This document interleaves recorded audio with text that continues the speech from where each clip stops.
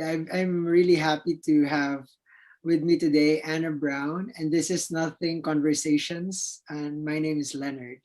Hello, Anna. How are you today? Hello, Leonard. I am well. Thank you. Thank you. Thank you. Yeah. So the interesting thing about my how I met Anna was I was like in the period of desperation. Let's call it desperation. When I grew up. I grew up in a religious background where the belief of there is a God up there who rewards and punishes souls who doesn't do up to par, who doesn't do well with or doesn't obey his rules. Mhm. And so throughout the journey, I was like, I go to confession weekly to cleanse the sins, whatever that means. And then Mhm. when I growing up, I went to therapists, psychologists, psychiatrists to go through healing and stuff. And then grow later on, it evolved with the wise men of India or wherever you are, north, south, east, west. And then I was like at the point where everybody I meet, there's some kind of a lack or there's something missing in you that feels like, what's this? And like when you go to a priest, they say you're a sinner, confess. You go to somebody, you say you have karma, clear it. Like when is it gonna be enough? And then I was Mhm. scrolling through Facebook. I saw this video of Anna Brown where the title is "The End of the Road Message." You can search that particular video on YouTube. That was the beginning of me starting to put back all the like my shopping cart started emptying out the things I took from the spiritual marketplace Mhm. until early this year. I threw the cart and I went out of the marketplace. I said I'm gonna live life, and then that's it. But um I want to start with like, what is the story of Anna Brown in the dream world, in the dream of Maya? Like, what is, how did you start like talking about the beauty of nothingness? And I'm sure you had this story of how you were a seeker. I don't know. Maybe you can share about that.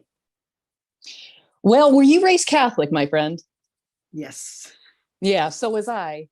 So was I. So you could say there is an intuition where, can we pause for just 1 second? Is that okay? Is there any way we can pause and start this Yep. over for Sure. just one? It seemed like, oh, are we recording? Okay. So yeah, not everyone seeks. Seeking can appear as, wanting more clothes, wanting more success, more money, more fame, all of those things. It's not just seeking for enlightenment. But as a young child, I was raised Catholic and nothing really set with me there. I always knew something was off. So you could say there was an intuition since I was a very young girl that religion wasn't it, that no authority could ever tell me who I was. But I was, let's say, just like many others, conditioned for unworthiness. And that unworthiness compelled me to follow the leader, to follow everyone else, and to seek. However, there was a deep, radical rebellion within me that, again, never trusted authority. And so, even though there was a sweetness here, I wasn't doing anything heinous or crazy, but I would just leave school, skip church. I remember one time going to church wearing a Kiss concert t-shirt and just to rebel because my parents would make me go. And I also went to Catholic school, but there was always this little voice within me that said, this isn't it. There's too much hierarchy, too many rules, too many practices, too much, well, sin, and there's too much looking down on the human body, the human vessel. And my heart knew that can't be right. Man can't be above woman. There's not a God outside of me that's puppeteering and judging me. That never set well. But again, through conditioning as a child, I was taught what was right and what was wrong, black and white. Do this, don't do that. This is what a good girl does. This is what a bad girl does, right? And so I was trying to follow this dualistic path, right? That just never sat well. Now, when I was young, a paranormal activity would happen a lot. So doors would open and close, objects would float across my room. I could hear voices, clairaudience, clairvoyance, all of those things would arise. Now, I was raised Catholic. I didn't know what any of those things were. And as a child, I was very much into like haunted house movies and the supernatural and the occult and all of that. So I was like, oh, it's demons, or they're ghosts, or, you know, something ooky spooky. So there was always a peek behind the veil as a young child. And then around the age of 7 or 8, in bed one night, I was just laying there. And all of a sudden, spontaneously, I just started to repeat my name like a mantra in my mind. Now, of course, I was raised Catholic. I didn't know what a mantra was. The only thing closest to a mantra would be, you know, the Hail Marys or something, you know, using the rosary. And so I was repeating my name like a mantra within my mind. And then all of a sudden, something popped, something died. Identity just dropped. There was no Anna, but there was a clear seeing there. Now, when you're 7, there's no reference for that. I had no idea what was going on. But the contraction of seeking came back in. And so I didn't tell anyone about that. Well, we're talking about it now, but not my folks. And so I went on, you know, going to school, going to church, going to college, doing the seeking thing. It wasn't necessarily spiritual seeking, but it was seeking through getting a degree or boys or clothes or whatever it was. And then we find the spiritual path, right? And I started with Kriya Yoga, and that led to finding YouTube and social media. And finding social media can really shake a confidence. It can also shake the innocence within you that you already intuitively know. And so I found all these paths of empowerment, self-help, therapy, the new age, the new earth, chakras, crystals, you name it, it was there. Like you said, the spiritual marketplace. And so I was like eating it all up. But something within me was still saying, no, this is too much busy work for the simplicity of heaven, for the simplicity of what is. This is too much like school. I mean, literally, you're paying for a coursework to ascend.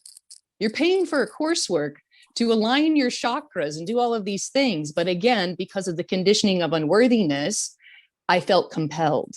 Yeah?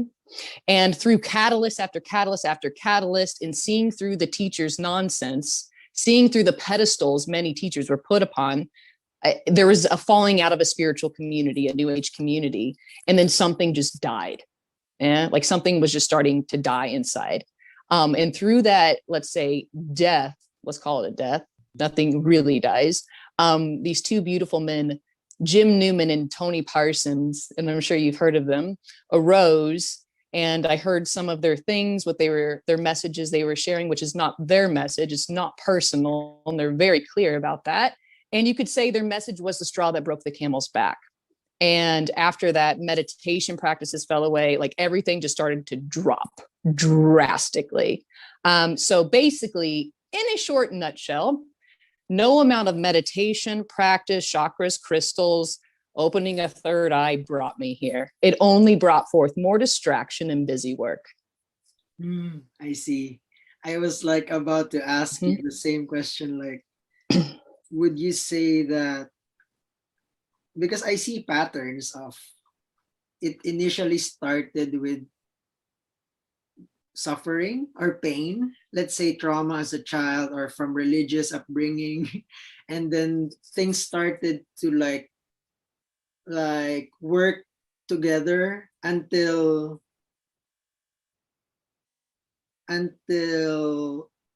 we see the simplicity, like without the religious upbringing or without this, it wouldn't lead to this. Like, what can you say about that? I don't think it led to this. I don't believe the reality of seeking doesn't lead to what is this simplicity. It does not. So we're sold on the spiritual path. If you do this meditation, if you do this visualization, if you practice presence, if you practice mindfulness, you're going to get to this. This does not need you to practice. This is not gymnastics. However, practice can appear. There's nothing wrong with that, but we're sold, you are broken and you need to heal something. That's the illusion. Nothing is broken. Mm. Yes. But many teachers will always have a direction for a student. Oh, you have karma, you have sin, or your vibration's low, do this to raise it, and then all of this. So really, when I say seeker, or the sense of I am in control, it's always looking for a higher experience, right? And we hear that all the time: higher states of consciousness, higher vibration. Ooh, I can wear a higher vibration today. Cool. Let's hang out with the cool people who have a high vibe, and we can't hang out with the low vibe beings, right? And there's like this segregation. There's this in group and an out group. Heaven is not, it's not exclusive. It's inclusive. There's not a hierarchy, but religion and spiritual circles will make it seem like, oh, there's higher states of consciousness. Oh, you're in the third dimension. You could be in the 12th. What's wrong with you? It's all nonsense. It's not wrong, but it is a story. Nothing leads to this. There is no path to this. There is only this, but it can appear as I'm on a path, basically on a treadmill, looking at a picture of heaven. I'm going to get there one day. No, you won't. You're already there. Yes. You know why your message is music to my ears? Because you use the analogy of Adam and Eve biting the apple. The more you bite it, the more you fail. Yeah. Because Yeah. no, yeah, because whenever I listen to your videos on YouTube, it's like you're putting you have this gift of putting it into words. Like, because I feel like it's the higher self, lower self, high vibe, low vibe, or or those things. It seems narcissist, empath, whatever extremities that labels has been created in this world, it feels like this is not it. I feel like there's something in this that I need to look at. And whenever you say that, it feels so good, because heaven is already here. It's closer than Yeah. I think. Oh, it's closer than intimacy. But the sense of me, when I say me, it's just a bouquet of who we think we are. It's an identification with we could say our stories. No one's doing it though. But the more we try to know this, we try to control it and manipulate it, we veil it. Awakening is not about knowing more, but knowledge is power in the dream world, is it not? But knowledge actually seems to bring a shroud of insecurity. Unknowing is the innocence. That's the innocence of what we would call the kingdom or of heaven. And that is why, I'm paraphrasing, Jesus said, until you become like little children, you'll never know the kingdom of God. Now, he didn't mean you chewing bubble gum and wearing pigtails and, riding a scooter. It's meaning that unconditionedness, not being conditioned, not knowing. And I'm not saying you're going to walk around with dementia and drool hanging out of your mouth. It's just nobody knows what this is. We think this is just a body. And so we meet each other and we bump up against bodies and we think you're over there and I'm over here. That's the illusion. There is no separation. There is no distance between you and I. This is a monologue appearing as two.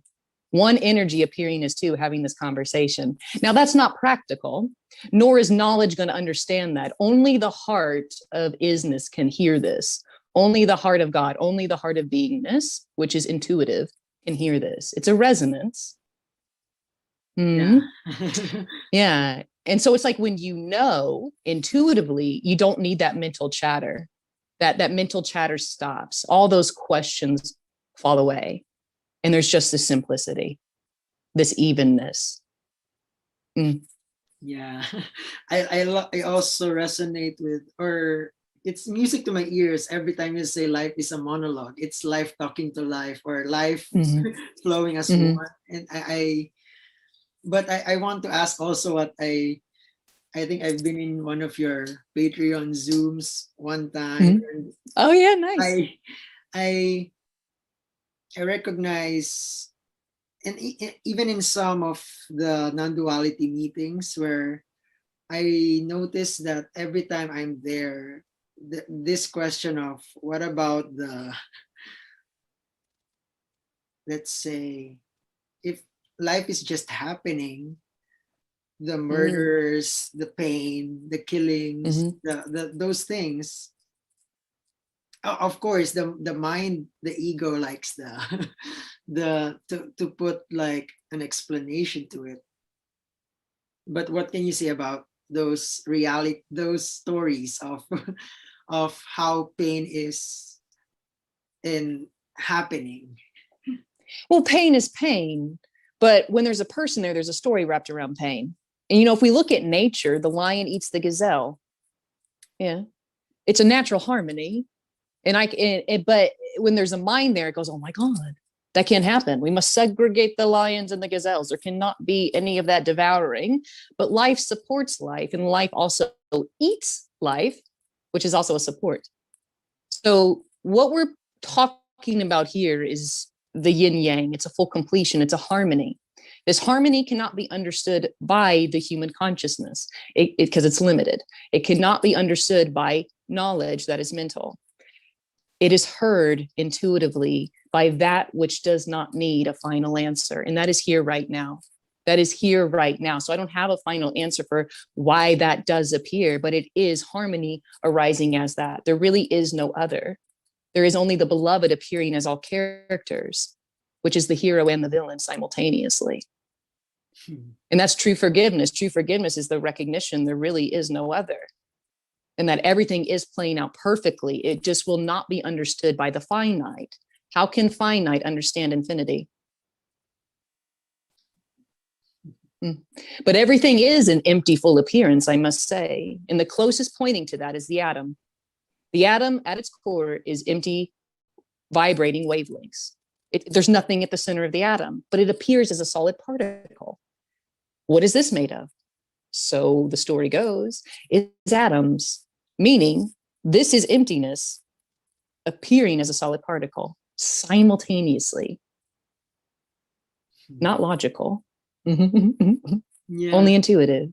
The heart knows this already. That's what resonates with this message. The mind will always go, well, okay, but I'm not okay with that. The mind will never be satisfied with any answer. The knowledge of the person will never be satisfied with any answer, but something here can hear this and resonate with this. And I'm not going to put a label on it. We can call it God, we can call it the universe, but something here can vibe with this. That's formlessness, recognizing itself in another, hearing itself. Yeah. Yeah. Mm. It like the question right now that arises is like we still live in a practical society, right? Like in a world where labels and and things happen. Like how do you navigate the world with when that with this clear seeing of of reality? Because I watched a video about a trap where the girl was saying this, it's a cartoon on YouTube, like the girl is saying uh the tree is so beautiful. And then the answer, the other one was saying there's no tree. What is there, what's beautiful, there's no tree there, until the other one, the other left him, because the other person was just saying there's no tree. Like I don't know how you like, of course it comes, it's spontaneous, but it in a practical world where the mind just likes to have the story attached. You know, the mind likes the story of explanation, of making sense of it. Like how do you navigate through that? Oh God, this doesn't make any sense and it's not practical. So I don't do any of it. The belief in free will, the experience of free will and choice is the suffering of how do I bring this message into my life, right? There is no your life. There's only life appearing as a you. The dream is I'm in control of that life. And if I don't do the right thing, it's going to hell in a handbasket. But I can only confirm that there's only what we want to call the beloved appearing as a you and a me right now. Free will is an illusion. Choice still arises, of course, but to say there's a separate doer outside of the whole is the dream. So this can't be applied to your life. That's what the mind would like to do is, okay, I'm totally digging with what she's saying, but how do I apply this to my life? And it tries to objectify this and tries to bring it into its reality. There's no you to do anything already. You're being done, you could say. Yeah. Every question you're asking is being done. Yeah. You remind me of something that I have in my room. I'll show you. All right. Because I have this like reminder of, I don't know if you can see it. Oh yeah, neato. Oh, it's like, I don't know if you can see it there. Yeah, I can see it. Yeah, this is like, wow. Like a representation of my wake up call. Every time I feel this is me, just a character in the dream, and I have no control over what the character will do. Totally. Yeah. You remind me of that because sometimes like when you're in the verge of anger or in the verge of sadness, I sometimes forget that this is a dream. I'm no way in control of how the story will unfold. Yeah, but choice still arises. There's still a story that appears, of course. You know, it's not like you go to the restaurant and they ask you what you would like to eat and you're like, well, hey, I don't have any choice. No one's here, so I guess I shouldn't eat. No, it's very natural and ordinary. You know, I love the Zen koan. It's so perfect for this. Before enlightenment, chop wood, carry water. After enlightenment, chop wood, carry water. It's pointing to the ordinariness of this. However, the ordinariness is very extraordinary. Yeah, I like to say it's you without the you. Yeah. You're not intellectualizing choices anymore. You're simply choosing what in the simplest practical sense of it. It's instinctual, you could say. It's intuitive. Yeah, just like I like to use animals as an example. A cat doesn't need to wake up every morning and meditate to be a cat. It just cats. It has no self-consciousness. But in the dream of the human, it has an illusory ability to self-reflect or have self-consciousness. Self-consciousness is the illusion. Self-consciousness is what falls away. That's what falls away, is self-consciousness, that ability to fractalize off and see a labyrinth of choices. Because self-consciousness is the ability to go, oh, I could have gone left instead of right. It's a breathing ground of doubt. It's not right or wrong, but it's just an experience. That experience of self-consciousness is what dwindles, seemingly. Yeah. I also remember your video about death, where you mentioned about the a lot of people are grasping experience. I want this experience, want that experience, when nothing in this world is ours. And it stuck in me. And I also like wanted to ask, I know you also do like one-on-ones, right? You have you do one-on-one calls with people who want to talk with you about this. Like, what is the most asked, or what do you think are the most the topic that people wanted to talk about the most, like the top most questions? Yeah. Anna, how do I get rid of my me? Anna, how do I get rid of myself? You don't. There's already no ego to get rid of. There's already no thorn. There's already no separation. There's already no separate doer. That's the dream. And that's heard when it's heard. That resonates when it resonates. But the dream illusion is, God, I got this ego, man. I totally got to get rid of it. And it's really, the ego is the new term for the devil. There isn't one. It's very archaic. So I'd rather just use personhood or sense of identity, or I'm in control as that word. But there's nothing to drop. Everything, including, let's say, what we call an ego or I'm in control, is totality appearing as control. Totality appearing as a contracted person trying to find this, trying to control it and manipulate it. There is only freedom. There is only enlightenment. There is only awakening appearing as a person trying to find awakening. Quite a funny paradox, isn't it? Yeah. It's just this, but as long as we think, oh, this is just a body, it's just a female, we feel like sandbags. because we're constantly labeling and projecting and then thinking there's actually something that needs to be removed.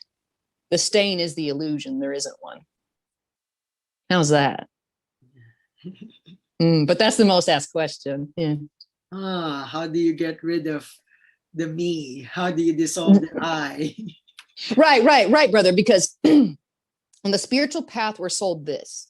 If you're enlightened, you're going to walk like this. You're going to talk like this. You're going to always be in bliss.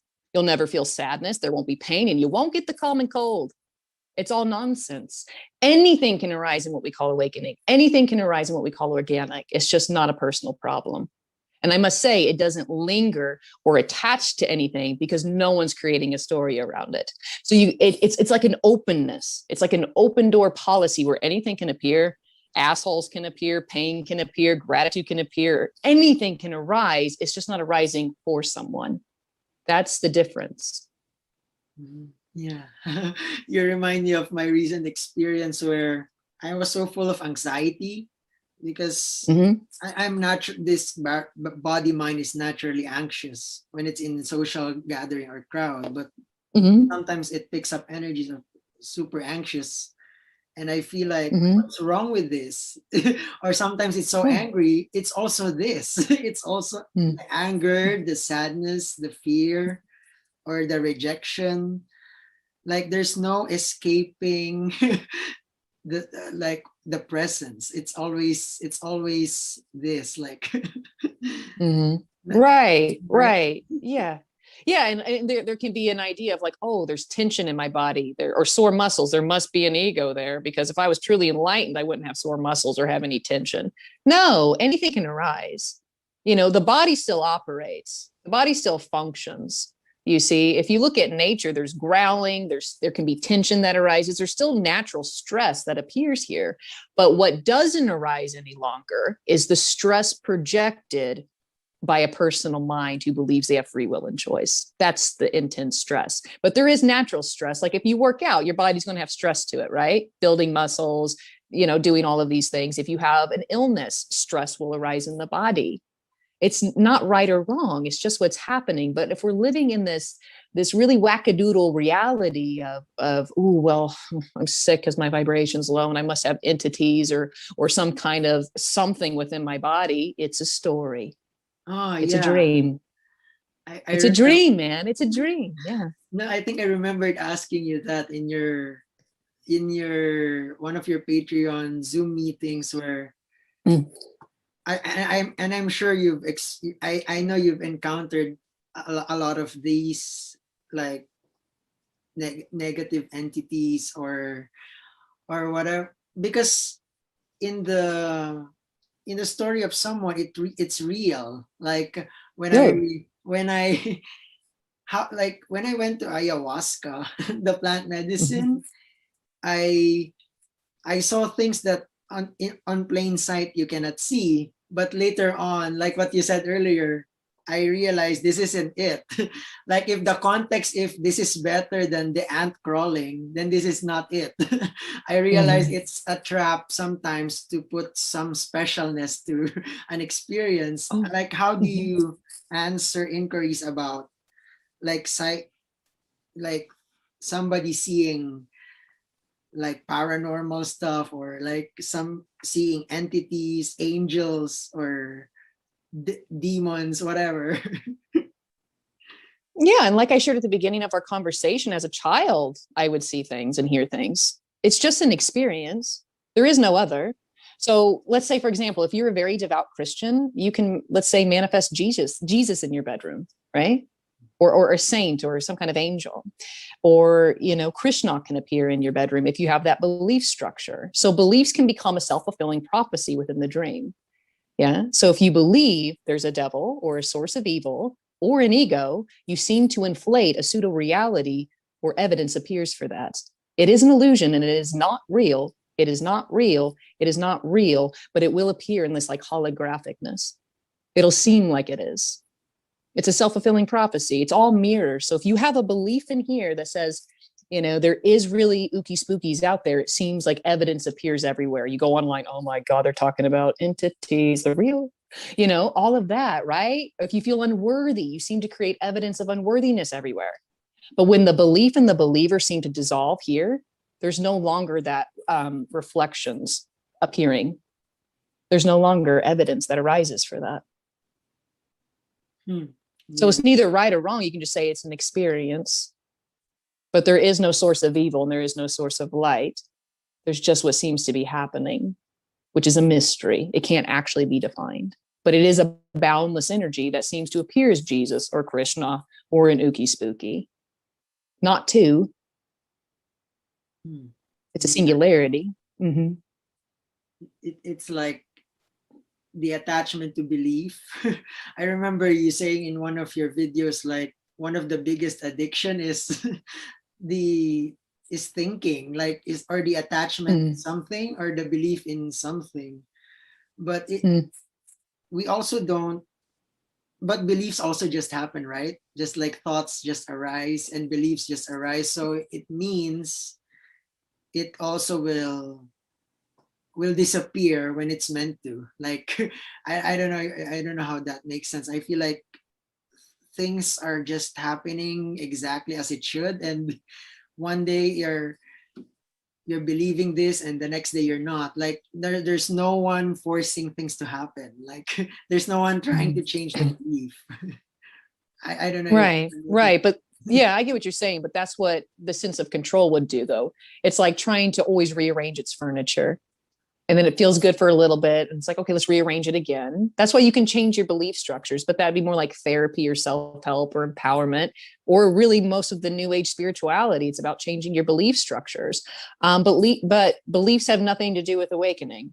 You don't need to believe this. If you did, it would be a religion. Mm. And if you look at the word belief, the word lies right in the center. It's not needed.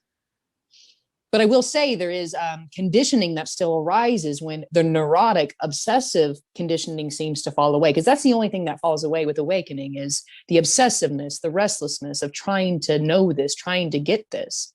Yeah, but there can still be, let's say, positive conditionings, what we would label positive conditionings that arise. So if you were a bhakti or devotional character, those types of things still can arise. Yeah, it's just what falls away is the neurosis.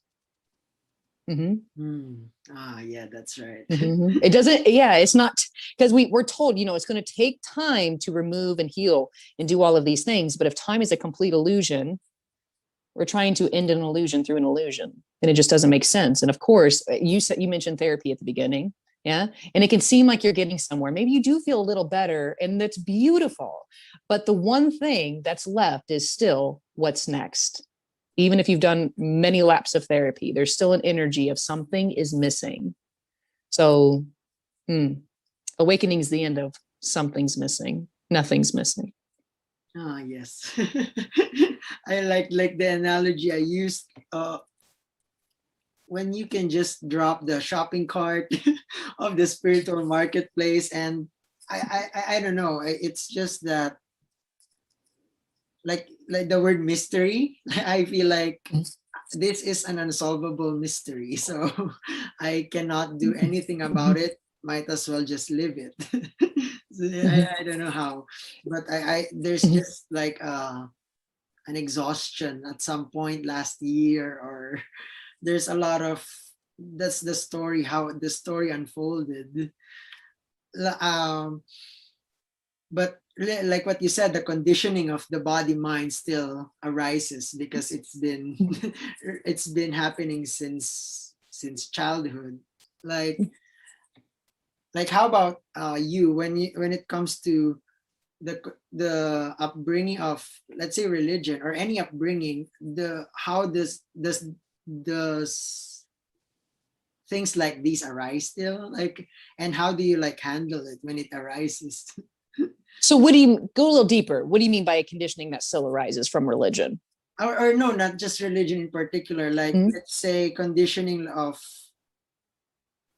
like when you grow up, there are programs that were instilled, belief systems that what was the most difficult to let go of, or what was the most difficult, or what was the ones that you struggled with when it comes to, I don't know. Well, in the story of Anna, when I was seeking, there was always a constant struggle with unworthiness.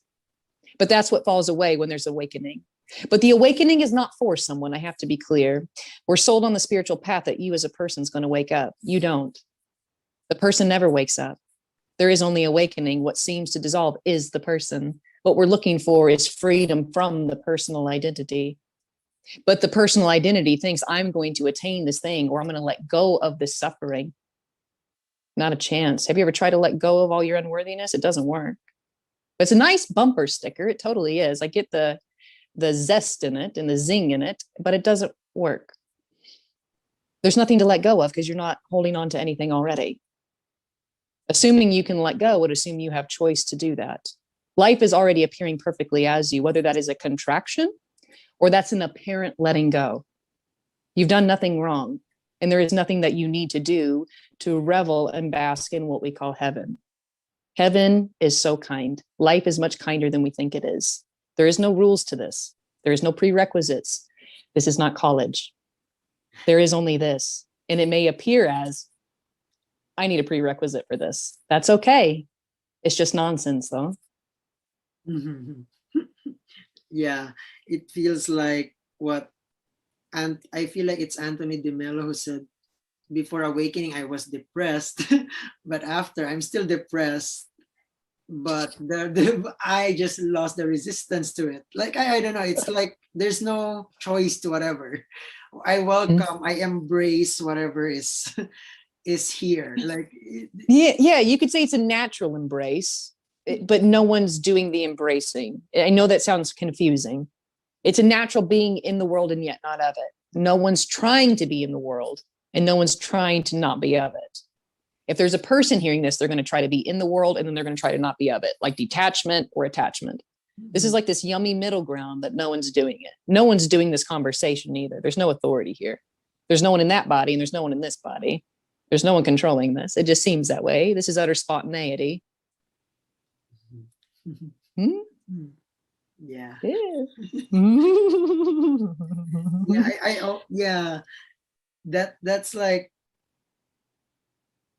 when you say, yeah, because there's really no doer. I remember experimenting even before, like when I use the word, I will think of blank. when I put the word, I will think of blank, something appears in the blank.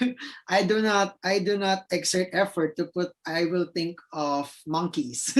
Like like I remember in one of your videos you said, if you put yourself in silence long enough, you will realize that nothing in this world is you. Not even your thoughts. They just appear and disappear. Even actions just appear and disappear. And you also mentioned, like,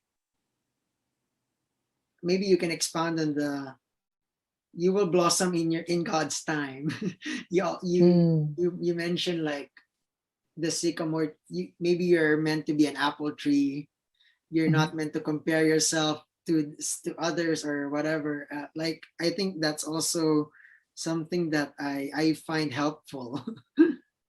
Yeah, it's a garden. If you want to use a garden analogy, the corn doesn't compare itself to the tomatoes, and the tomatoes doesn't compare itself to the marigolds. There's a perfect timing for everything to sprout.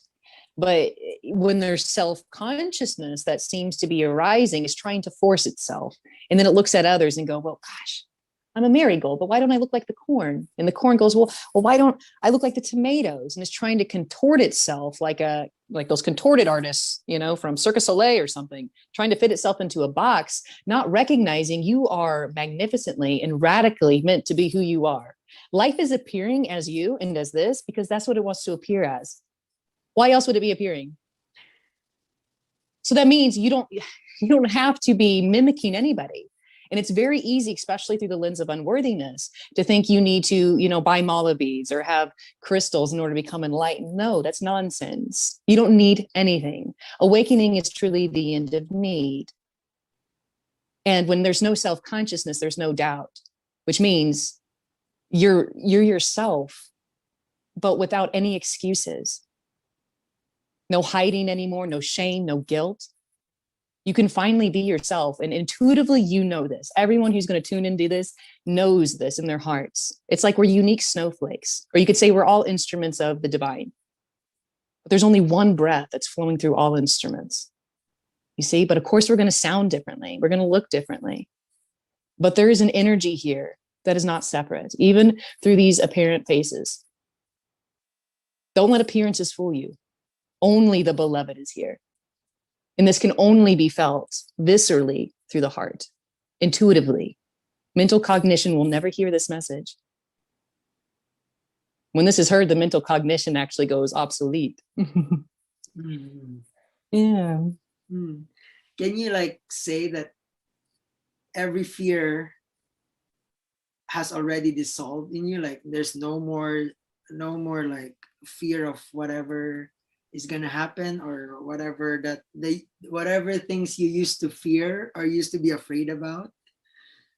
Those have dissolved. But I'll tell you what, if a cheetah's chasing me, there's going to be fear in the body. So there's primal fear that stays. You know, if a dog's chasing you down the road, adrenaline, cortisol, the body wants to survive. It's going to move. If you're about to get hit by a train, you're not going to be like, well, you know what? I'm nothing. Nothing's real. Just hit me. No, there's going to be a woof, move. There's a play that still arises, but the fear that most beings are talking about is not this primal innate fear of an immediate emergency, like a fire or pain arising in the body. It's a fear projected by imagination, past experiences, and future expectations. That's where the human consciousness lives. It's never here. It's always in what could be next, but awakening's the end of the voice that says what's next. It's a seamlessness. It's an intimacy with this. And there's no one who wants to get away from this anymore. That's what falls away in awakening. There's no longer an urge to move away from this. It's so intimate, but the me can't be intimate. It can barely make eye contact because it knows it dissolves in that immediacy of eye contact. Mm. Yes. Like it's really, I don't know, every time I hear you speak your message, or this release of the contracted energy of resistance to the simplicity of this, it's always music to me, because I feel like the humanness is still there. Like it's still as simple as, if there's grief, if there's fear, if there's sadness, it's all the beloved, like what you're saying. Yeah. Everything is the beloved. Yes, absolutely, brother. I mean, you know, here I'm 25 weeks pregnant and I threw up this morning. You know, that still arises. That doesn't mean something's wrong. Doesn't mean I have, you know, past life karma to clear or my vibration's low. It's simply what's arising. Now, if there was a person here with an identity clinging, it would create a story around why that's arising, which seems to create a lot of gravity and density. When there's no story, it's just what's happening, which could be uncomfortable, I must say. And that's okay. So yeah, that's being in the world and not of it. I like to say it's having your cake and eating it too. Yeah. You remind me of, I don't know, this story of Leonard is like, I rarely have friends that stayed, because, you know, people like consistency, continuity, and but my the thing about how I lived was, or how life lived through us, I'm not the same as who I was a moment ago. Like I like psychology can diagnose that as bipolar or multiple personality, but to me, I feel like you cannot put a reference to who I was yesterday, because the energy of yesterday has gone. This Leonard is different today, and later it's gonna be different. So but it's also liberating in a sense. Like it's like nothing's wrong with you. Whatever is happening, and you are perfect. You don't need to clear karma. You don't need to confess your sins. Like if there's a Bible verse summarize everything. It's be still and know. Be still and know, or something like that. Yeah, be still and know that I am God. And of course, though, when a mind hears that, though, it'll go, oh, I need to mentally know this. It's pointing to the intuitive knowing. The intuitive knowing, because when there's an intuitive knowing, there literally is no longer a need for thought, or is thought very interesting. Now, thought totally still appears in emotions, right? It's just, it slows down. Everything kind of softens. Yeah. Yeah. A knowing without words. A knowing without words. I see. I think one of the things I wanted to ask was, I know you've been talking to people a lot in your community. Like, I feel like it's a struggle for the human to, because the free will, I don't know, that's a programming to me. Like, it was instilled that you have free will, you have a choice, you have the power to build your life the way you want to. I don't know if if there's a lot of struggle with people asking about, because in my personal experience, that was one of the most difficult to let go of. That I don't have, that free will is an illusion. Yeah, no person can let go of that. The person in free will, it's one energy. Yeah, you could say. But that's what dissolves, and it's just into the simpleness. Now, I know how we're talking, it can seem like this person's like a separate entity. It's not. It's the beloved appearing as just a contracted state, as just a limited state. That's how free it is. That's all. So no one can actually let go of it. It's just when this is heard, let's say, I know I'm saying level, but on a deeper level, those constructs of belief, they just die. It doesn't have to take years and years and years, because time is an illusion. It can be instant. Enlightenment is instant. Awakening is instant. It's seen, kind of like when Moses parted the seas, man. Right? But what can seem to come back in, some beings will call that a glimpse. I had a glimpse. Yeah. But what seems to come back in is that contraction of, I need to own this glimpse. Right? But the person was never in the glimpse. The controller, the decider, the describer was never in the glimpse. But it tries to get back to it. But there's no getting back. There is just this.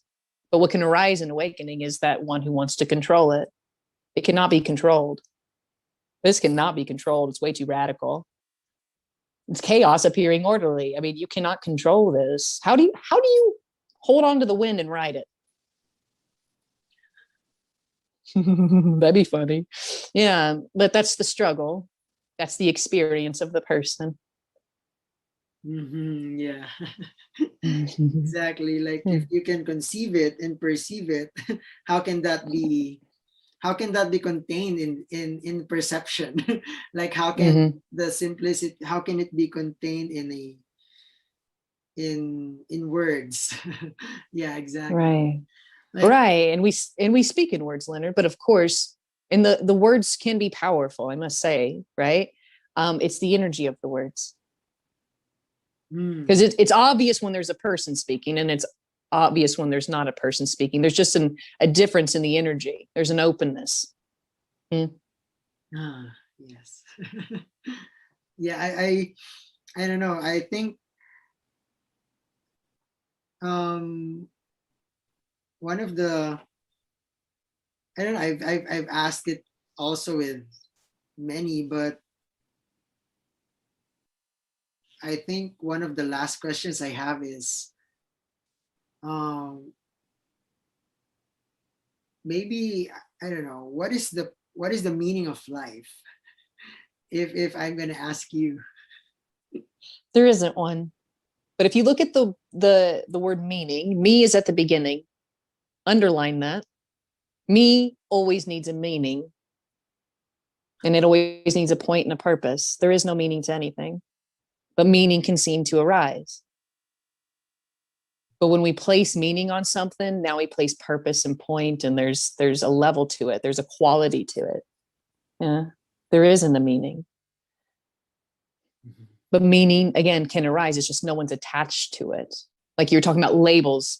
earlier. You know, no one's attached to the labels, but we still use words. We speak of a tree. We say our names and I and me, and no one's like, oh my God, I just used the word I. That was so weird. No, like all of that falls away. It's just very natural. It's very organic. It's very natural. Yeah, but there doesn't need to be a meaning or a purpose. See, the me won't even get out of bed unless there's a point or a purpose. It thinks it needs to take an action before worthiness can be bestowed. Right? Like I'm not worth anything unless I create this today. That's just the trap. That's just the story. Oh, yes. And so when meaning drops, when definition drops, when purpose drops, when point drops, it's just effortlessly this. But anything can arise in this, like a creation, a new business, babies being born, anything can appear. There's just no one attached to meaning anymore. No one defining themselves by what arises in the apparent external. No one using this as a center point, like seeing why things are arising and coming back to this. Nothing can tell you who you are and nothing can define you, ever. Mm-mm. Yes. Wow. I would like to say thank you for your time, the time you have given me today. I know it's been a long while since you're busy. You have a baby, and giving me time to have this conversation. I really appreciate it. Oh yeah, absolutely, my friend. It's been a joy. Thank you. Thank you for inviting me. Yeah. Before we end, I would like to ask: do you still have like your website or the schedule of you and your, maybe you can invite the listeners, the viewers, where they can find you in case they want to talk to you intimately, or like a conversation like this. Yeah. Just go to www.wonderfullynothing.com. Ah, yes. And Yeah. you also upload on your YouTube and your Patreon, right? Yeah, you can find all that information on my website. Yeah, for sure. Yes. Oh my God. Thank you so much for your time with me today. It's been a really pleasure to listen and have this conversation with you, Anna. Yeah, I love your smile too. And I'm sorry about the hiccup at the beginning there. Yeah, Oh, it's okay. it happens. It's been really, it's been smooth. It happened exactly the way it should happen. Exactly. So hopefully you're good with editing. Yes.